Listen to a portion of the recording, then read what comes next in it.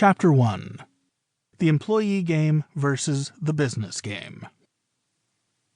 Of the foundational premises we'll walk through in this book, the most foundational one is this. Because you're a writer, you are a business owner.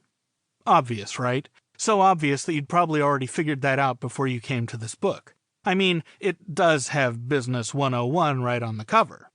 And besides, if you're indie publishing anything, you're selling things into retail, and selling equals business, right? And if you're traditionally published, you're still selling things, you're just selling your stories to publishers, and that's like wholesaling, right? But it's one thing to say, of course I'm in business, and it's another to think like a business owner. That takes some education, and more than that, it takes forming new habits of thinking. Employee thinking. When you're an employee, there are a few thought patterns that are so habitual that even pointing out their existence seems a little weird. Footnote. Employee thinking, as I'm about to describe it, also is common among service industry professionals. If you're selling your time for money, whether as an employee or a freelancer, some of the following is going to sound familiar. 1. You think in terms of hierarchy. When you're an employee, you're selling your time and capabilities. You get the money you need to live. Your employer gets a priority claim on your talent and attention during certain hours of the day. When your employer, or your boss, who's also an employee, says jump, you say, how high? If it's a high-pressure job, you ask how high after you're already on the way up. If you get conflicting instructions from two different bosses, you sort your priorities based on who has the most authority, or who can make your life most unpleasant. You work within a social system that has incentives, such as bonuses, promotion, accolades, and awards, that help guide your behavior, and when you're not reaching for an incentive of one sort or another, you tend to slack off and do just what you need to get by, at least if you're statistically average. There are exceptional workers in every field.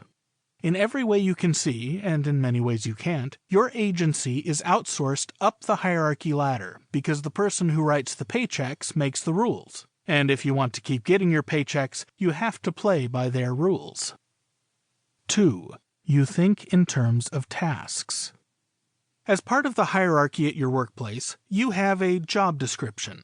It outlines your area of responsibility. The things outside that area aren't your problem. You might be able to help with them, and in some workplaces this is encouraged, but if something falls outside your bailiwick, your power to affect it tends to be quite limited.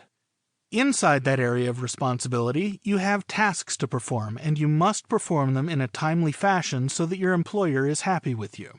Whether it's empty all the garbage cans in the shop before lunchtime, or get the accounting done by the 15th so we can cut paychecks, or inspect today's batch of spot welds to make sure they'll hold under load, your daily rhythm is driven by your task lists, which are formulated either by your boss or by you in accordance with the limits of your job description. 3. You equate effort with outcome.